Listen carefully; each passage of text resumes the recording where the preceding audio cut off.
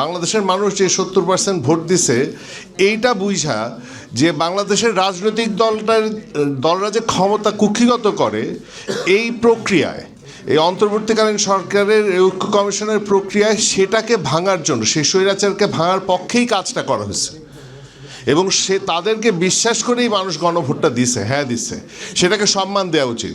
এই ধরনের bundle problem নিয়ে কে কতটুকু বুঝলো এরকম পণ্ডিতি কথাবার্তা যখন আসে সমাজ বিভক্ত হয়। সমাজের 70% মানুষ গণভোট দিছেন এবং তারা চান যে এই জুলাই সনদের যে স্পিরিট, যে ক্ষমতার যে এক জায়গায় কুক্ষিগত করে রাখা হচ্ছে সেটাকে ছড়ায় দেওয়া, সেটার পক্ষে দিছেন। দ্বিতীয় যে জিনিসটা আপনাদেরকে আমি জানাইতে চাই সেটা হচ্ছে, গতকাল আমাদের প্রধানমন্ত্রী বলেছেন যে জুলাই সনদ অক্ষরে অক্ষরে পালন করা হবে। এতে তো আমাদের সবার খুব খুশি হয়ে যাওয়ার কথা, কিন্তু আমি আপনাদেরকে জানাচ্ছি যে জুলাই সনদ অক্ষরে অক্ষরে পালন করাটা, এটার পিছনে একটা বিরাট গল্প আছে, যেই গল্পটা আসলে পাবলিকলি বলা হয়নি। সেটা হচ্ছে আপনারা যদি জুলাই সনদটা আসলেই পড়েন, আপনি দেখবেন যে তার বেশিরভাগ মানে আপনার প্রস্তাবের এগেনস্টে লেখা আছে যে রাজনৈতিক দল তাদের মানে নির্বাচনী ইশতেহারে যা বলা হয়েছে সেটাই পালন করা হবে।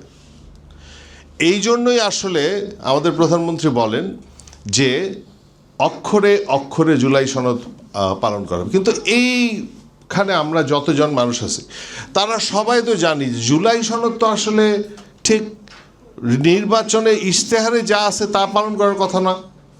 এটা তো হওয়ার কথা হচ্ছে বাংলাদেশের মানুষের যে আকাঙ্ক্ষা, এই যে আমরা সবাই মিলে আলাপ আলোচনা করে যেটা বের করছি যে কিভাবে স্বৈরাচার যাতে না আসবে, সেটাই পালন করার কথা।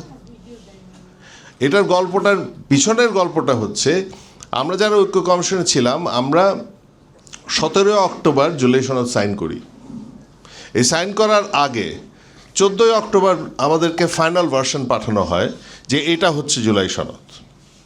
আমরা সেইটা দেখি, সেটা নিয়ে আলোচনা করে আমরা সিদ্ধান্ত নেই যে আমরা স্বাক্ষর করব কি করব না, এবং আমরা দেখি যে স্বাক্ষর করার মতোই জিনিসটা, আমরা আসি এবং আমরা জুলাই সনদ স্বাক্ষর করি সংসদের সামনে।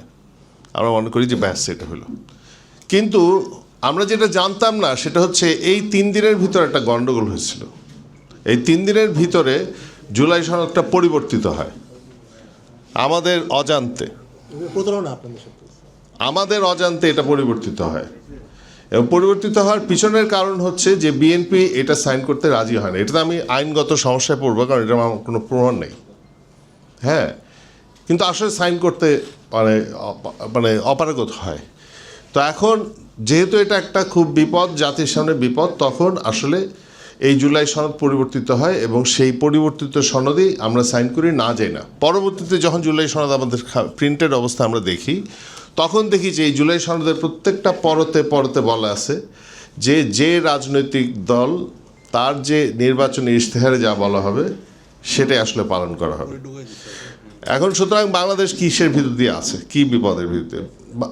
বাংলাদেশ যে বিপদের ভিতরে আছে সেটা হচ্ছে জুলাই সনদ অক্ষরে অক্ষরে পালন করার বিপদের ভিতর দিয়ে আছে। ঠিক আছে, কারণ এই জুলাই সনদ যে অদ্ভুত জিনিসটা হয়েছে, এই জুলাই সনদটাকে আসলে চেঞ্জ করে ফেলেছে অজান্তে পিছনে।